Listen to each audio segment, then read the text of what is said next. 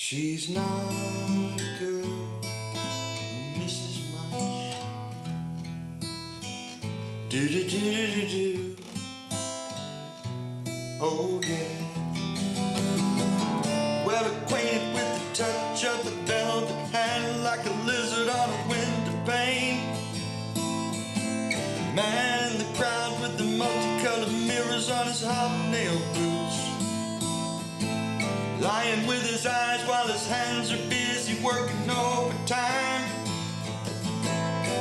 So confession of his wife, which he ate and donated to the National Trust.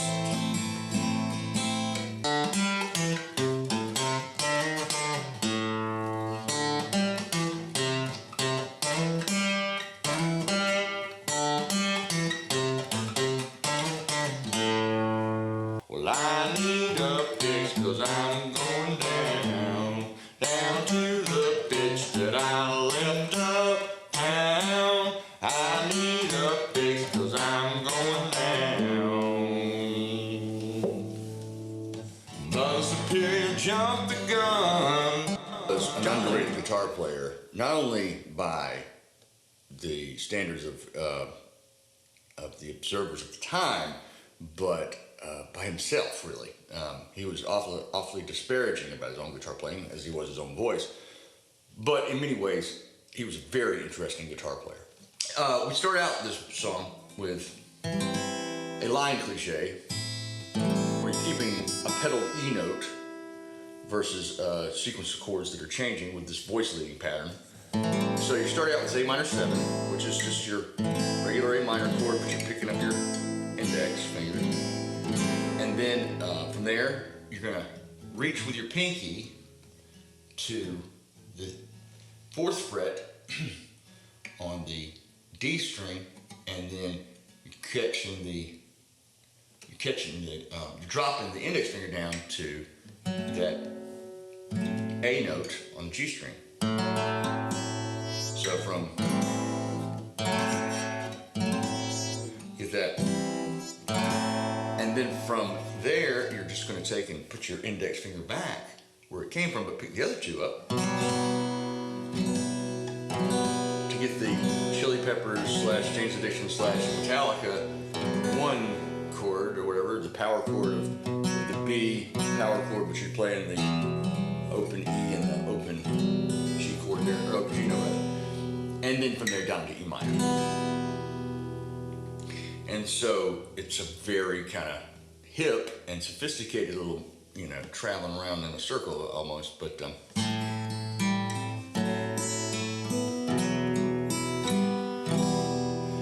right? And that is the first bit. But it ends when you get to the E minor the second time through, you're gonna do the build up to a D minor. Well acquainted with the touch of the velvet hand, like a lizard on a window pane. To A minor. The man in the crowd in the multicolored mirrors on his hobnail boots. And that section is just a repeat of A minor, of the D minor to A minor figure. So that's that section throughout. It's just until you get to the riff. So, well acquainted with the touch of the velvet hand, like a lizard on a window pane. Man in the crowd with the multicolored mirrors on his hobnail boots.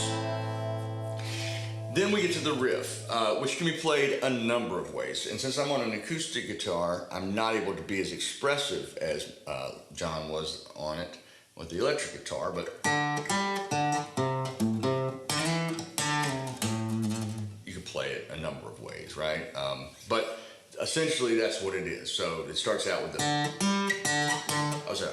need a fix, but I'm going down to the bitch that I left uptown. Let's try that again.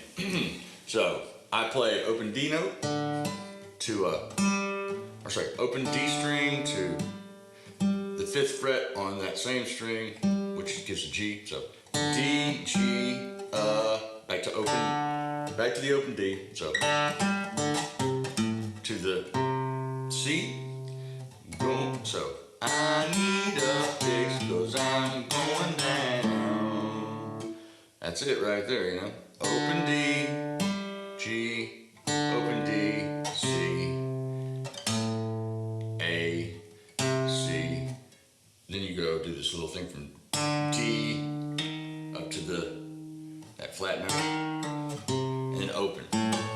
Walk it down to the open A as your last note. That's the call, and the response is down to the bitch that I left uptown. So it's the same thing, except for you do on the back half of the same thing. You're going to do this tag from the C. You're going to go slide up from the D then to the E. So to your G note as your, you know, and then you just repeat that intro again. And that's the riff section. Next up, we have our penultimate section. I guess you could call it a pre-chorus or something, but it goes to A major 7, to G7, to A major 7 again, to a C, right? And in between, there's an electric guitar that's doing a walk down. You know, I try and catch that too whenever I'm doing it. It's just a little chromatic thing, but it's just a little passing notes between the chords. So it'd be like, Mother Superior jumped the gun. Or, sorry. So it'd be like, Mother Superior jumped the gun. Oh, Mother Superior jumped the gun. Mother Superior jumped the gun. Mother Superior jumped the gun. And so on and so forth. That brings us to our final figures, our ending figure, which is the doo-wop chord progression, the doo-wop chord progression from the 1950s. What do I mean by the doo-wop chord progression? Well, now we're back into C major, and that's going to be our 1 chord. And in the doo-wop progression, you have the 1 to the minor 6, so the 1 to the 6, to the 4 to the 5. So it's a 1, 4, 5, but you're just adding that minor 6th in there. So it's in Happiness is a Warm Gun. It's, you know, happiness is a warm gun, mama. Happiness, you know, which is just C major, A minor, F major to that G7. That's your dominant 7. Brings you back home again to your 1 chord. But it's, you know, who put the bop in the bop, you wop, who put the ram in the ramble, ding dong, who was that man? I'd like to shake his hand, made my, you know, so on and so forth, or, you know, happiness is a warm gun, you know, it is, that's what it is, you know, so, and you just carry on with that till you get your stop. Happiness was warm, yes it is. You know, throw that 7th in there if you're really feeling frisky. And you got yourself a linear chord progression, a linear style of writing a song, right? So what John has done, he started out with a sort of what they call a line cliche, similar to Stairway to Heaven or something, where, you know, you've got that A7 to the, so,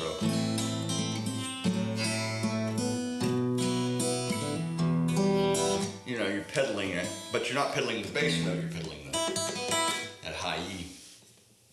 In either case, you've got that section which goes into the D minor to A minor section. Then you get the riff, big payoff, and out of the riff you go major, right? You go to some borrowed chords from A major, or this A7, which I guess is kind of like a blues thing to do, to the, you know, to the G7, and then just that again, but to the C, and then you get to your and that's a very rock and roll. You hear the, like I said, the sort of chromatic guitar, the part that goes between the two bits. Chord. So to the Mother Superior jumped the gun. It's just a step to the left and let's get to the right.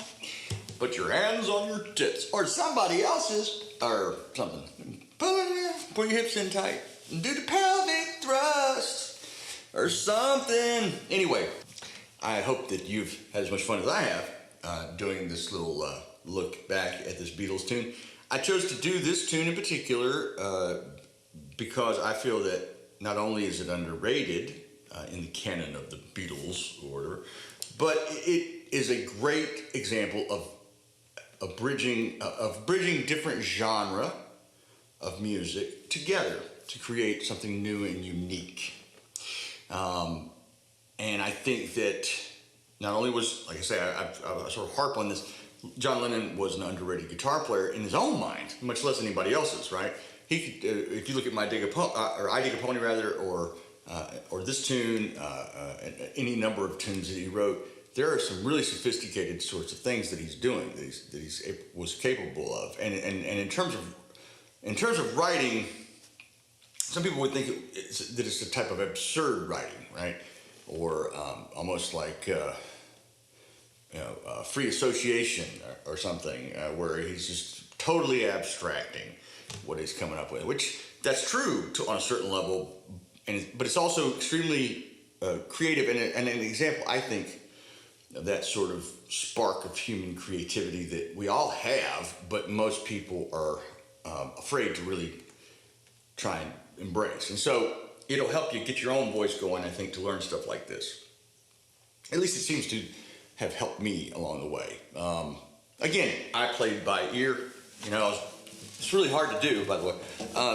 But when I was coming up, I always learned. I didn't take very many lessons at all. Only a handful. Every time I ever tried to take a lesson, I quit pretty quickly. Within one or two lessons. The most I think anybody got out of me was two visits to see him. That's pretty lame on my part. But I'm a non-traditional learner. So I'm here to non-traditionally show you how to play the damn thing. Because I'm no teacher, I'm no instructor. There are much greater resources for that sort of thing on the internet than me. But I don't plan on making this a regular habit or whatever. But if I'm gonna do how do they write, or how does this played or whatever, I'll show you how to do something, it's gonna be something like this, because whether no one sees this or 5 people see it or whatever, I worry about this type of songwriting going away because of a number of reasons, which I can discuss somewhere else on the internet. But in any case, take care, thanks so much, and we'll see you very soon.